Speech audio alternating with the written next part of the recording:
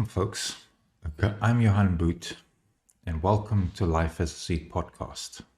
This is the first video in a series on narratives, the stories that shape our lives. In this series, we'll be exploring the powerful concept of narratives and how it shapes us, it shapes our world, and how we can use an understanding of narratives to navigate our lives in a better way, to help us help those we love, to make more sense of the world, and how the stories in this world shape us and drive us forward in certain ways, predictable and unpredictable, with outcomes we want or outcomes we don't want. So narratives is about stories. It's about the stories that shape us. Storytelling is as old as the human race.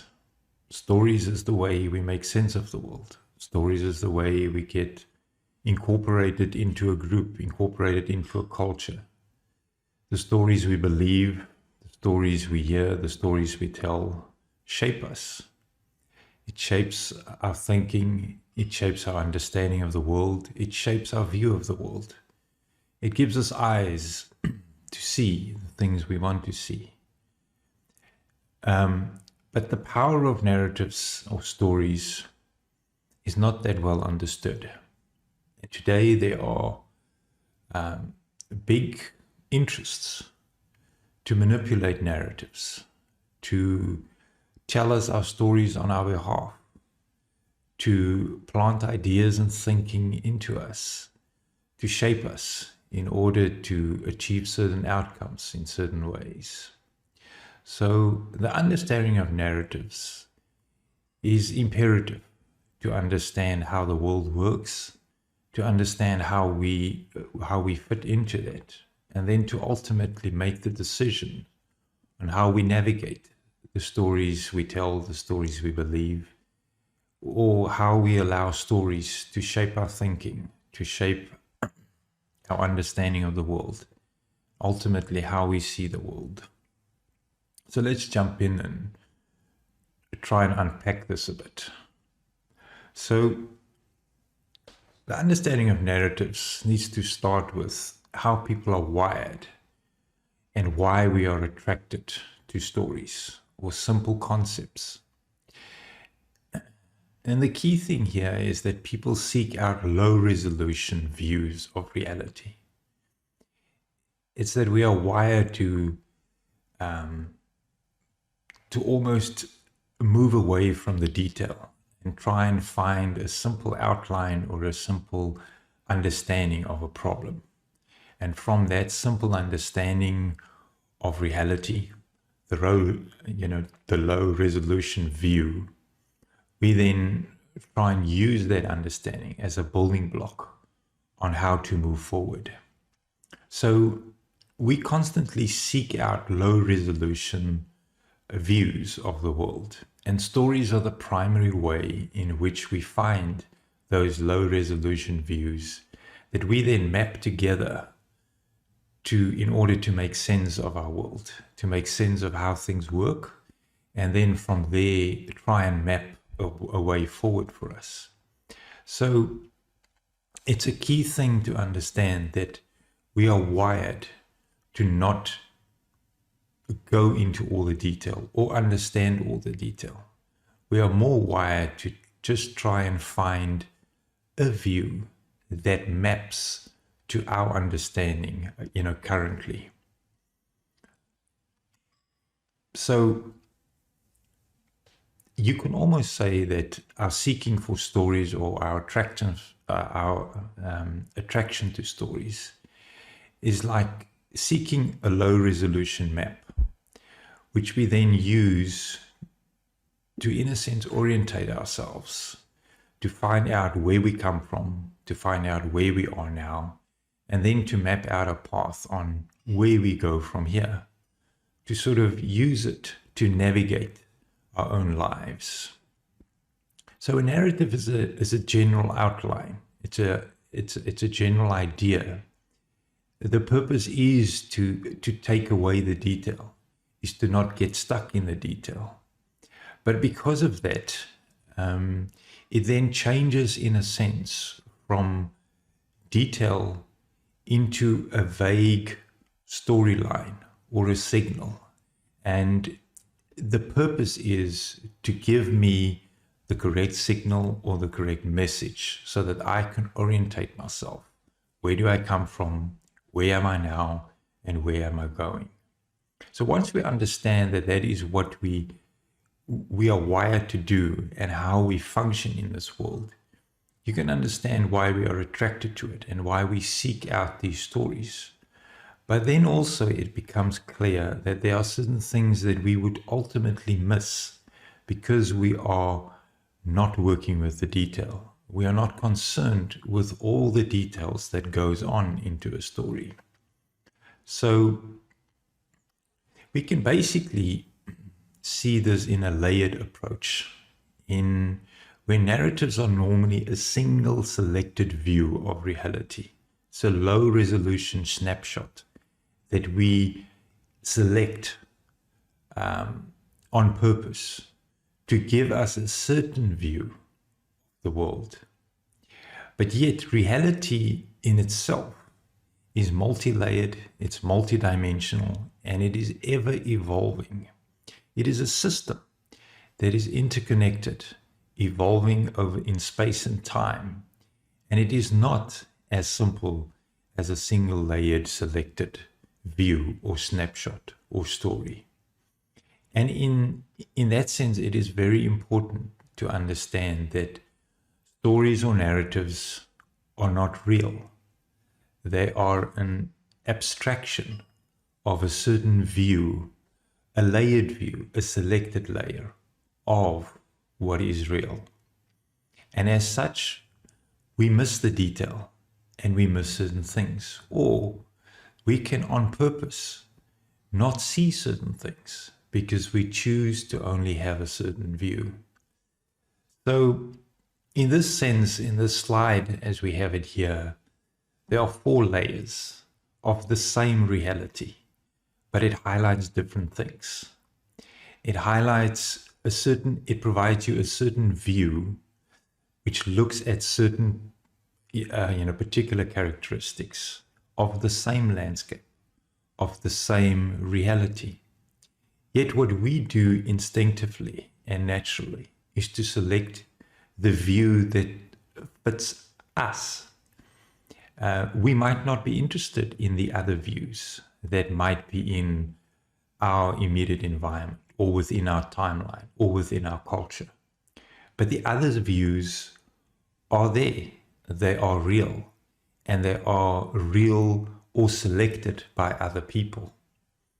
And this is why it becomes so important to understand narratives and how people can choose which narrative, which story they actually adopt. And then it moves into the selecting of certain facts. And on those selected facts, we build selected beliefs. And we then look back and we absolutely believe that this is the view of the world. But it's problematic because reality is multi-layered, multifaceted, ever evolving in space and time. It's never constant. So the snapshot that you had 2 hours ago is no longer real. It's just a snapshot. But we are wired to use those snapshots as memory snapshots of reality of the past, our reality, our selected reality, in order to navigate. If we do not have those snapshots, it's impossible for us to navigate. But what we do need to realize is that there are multiple perspectives, and the multiple perspectives are all true. They are all real, and they are all true and real to other people that might have different views. And the way to navigate the world effectively is to become aware of the views of other people, the way they see the world, the way they understand the world. Because without that, we are prone to misunderstand the world around us, to misread the signals, and to actually get stuck in things that we should not get stuck into, because we should be effectively navigating through the obstacles. But for that to work effectively in our lives, we need to learn to navigate on a multi-level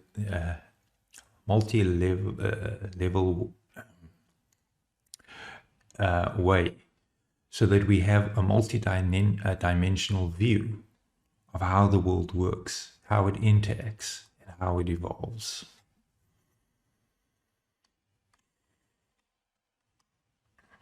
So one of the most important things that happens with narratives is that we use narratives to try and identify the signal above the noise.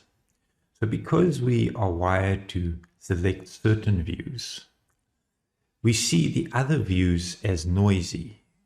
We see them as views that people might have, but they're not relevant to us. They're not important to us. It's not speaking to our particular situation. It's not addressing our concerns. It's not dealing with our pain or with the outcomes that we are seeking. And therefore, the other layers or the other views or the other perspectives of the same reality in the same space and time, we just find them noisy. We don't select them. We don't build a picture around them. They don't make sense in our, with regards to our past. They don't make sense in our present, and therefore they shouldn't really exist in our future. So therefore, narratives become almost like a signal above the noise that we personally select. But what is important in putting the idea of the signal and the multi-layered view of reality together is that we then are wired to only pick up on the signals that we want to pick up. And we are wired to not pick up the signals we don't want to pick up on. We just don't see them. We don't hear them. They're not real to us. We only really look for the signals that are answering nagging questions in our lives. Our neighbor might have a different question or a different problem, and they would pick up on different signals because they're trying to find that answer. So it's almost like the nagging questions in our lives are antennas that are wired to only pick up on certain things. And when we get that signal is very real. It's confirmation, but it's a confirmation bias in a sense, because we are wired to be biased in our picking up of signals. The signal we receive is not really confirmation. It's just confirmation of our bias. And the signal is true, but there are hundreds of other signals that are also true. And if we don't put them all together, we actually do not have a picture of reality. We only have a picture of what we want to see instead of what really exists. So here is an interesting concept, is that the greater the seeking for the answers to nagging questions, the greater the antennas go up, or the seeking for a particular signal. It's as if narratives becomes amplified by the seeking of people or the seeking of groups for answers to nagging questions.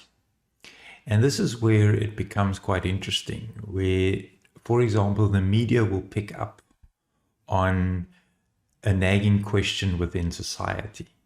And then it's as that question grows, it's also that the focus or the pickup of the signals are amplified. They are amplified by people. They are amplified by institutions like the media, like educational bodies, etc., etc.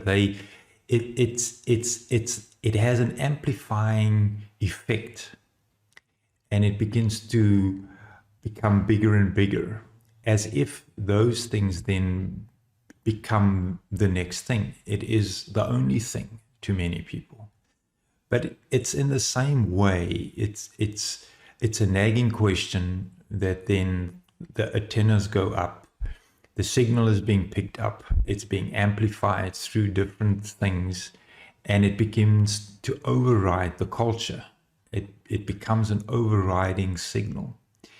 So in this way, we can see how certain stories, certain narratives, certain signals become an overriding narrative, an overriding signal, because of the underlying question or problem that is being faced.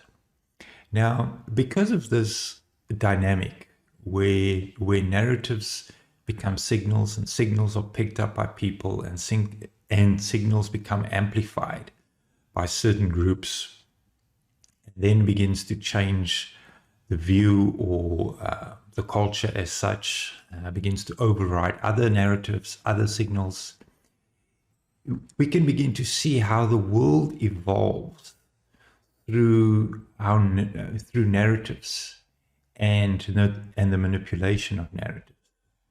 Now, in this, we can start seeing the ways that certain groups and certain people can manipulate narratives. They can pick up on what the nagging question is, but if they know that there's a nagging question, they can choose to amplify certain narratives, to answer certain questions. And we don't know from ourselves which of those narratives are necessarily true, because we only get the amplified version. We only get one selected layer of that signal. And a lot of other things that are also signals just are being portrayed as noise that we should ignore. And the true narrative is being fed. So it's not just an individual's bias that selects particular narratives, but it's also within vast groups of society. Narratives are being selected and then used against people, against other groups. And here the concept of narrative warfare starts, where the stories start to compete with one another. And certain groups have a vested interest to make sure that certain stories, certain narratives win at the end of the day, because they have a lot of interest in the outcomes and how it shapes our lives. So the thing that we need to understand in why individuals are really seeking narratives, it comes back to the question of, individually, we have questions about where do we come from? What was our past? When we know where we come from, we can, in a sense, map back in who we are. And then we have questions about, how did I get where I am? Where am I today? Is this present reality the reality I want? Or is there things that I want to change? And then there is the concept of the future. And these are questions we grapple with every single day. Where do I come from? Where am I today? And where am I going tomorrow? But on a deeper level, there is the sense of the seeking for meaning, for making sense of this world. So does my past, my present, and my future make sense? Do I fit into it? Or am I a misfit? How do I need to change? How do I want my world to change? How do I want things around me to change going into the future? And what does all of this mean? If I can't make sense of it, I struggle to find meaning in it. I struggle to find purpose. So a lot of the seeking for meaning centers around deeply personal questions, such as identity, belonging, and purpose. So the So the seeking for narratives is very deeply rooted in our personal seeking for meaning and for sense making. And if we then put the layer of narratives that are selected and even manipulated, and we map that back to the seeking of identity, of belonging, of purpose, we can see how dangerous it can become if the narratives that we listen to, believe, follow, are not accurate, are not the full picture, or are on purposely manipulated in order to have certain outcomes.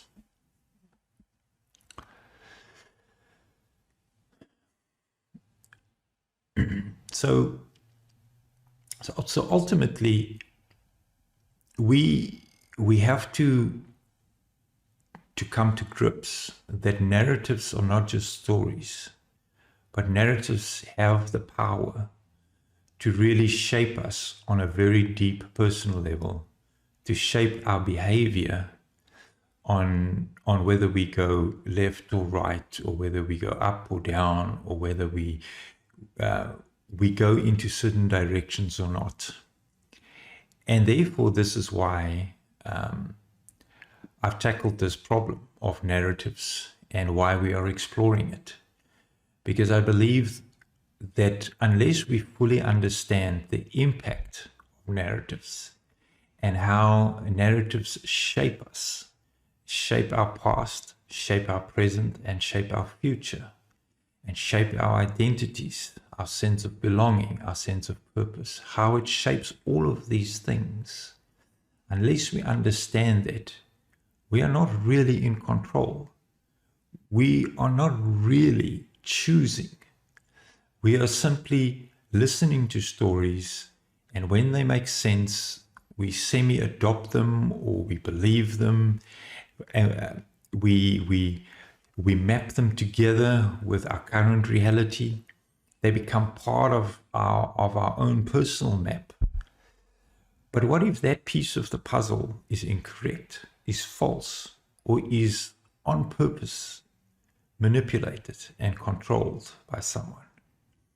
So this journey is about a personal journey where we have to find meaning, we have to find understanding, we have to make sense of this world.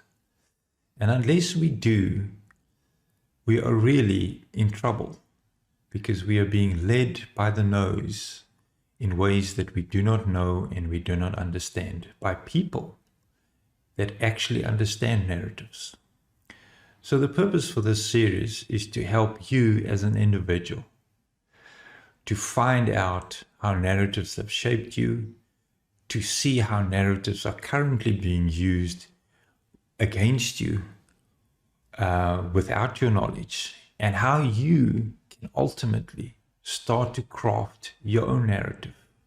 Take charge of narratives in your life and begin to choose to write your own story, to take charge and to be actively present in making decisions and have a multi-layered view of reality that makes the most sense for you, for your family, for your loved ones, so that you can ultimately say that you have chosen and you have not just been drawn into by a particular narrative, a particular story that might as well be being crafted and manipulated in order to control your behavior and to achieve the outcomes that other people have designed to be like that.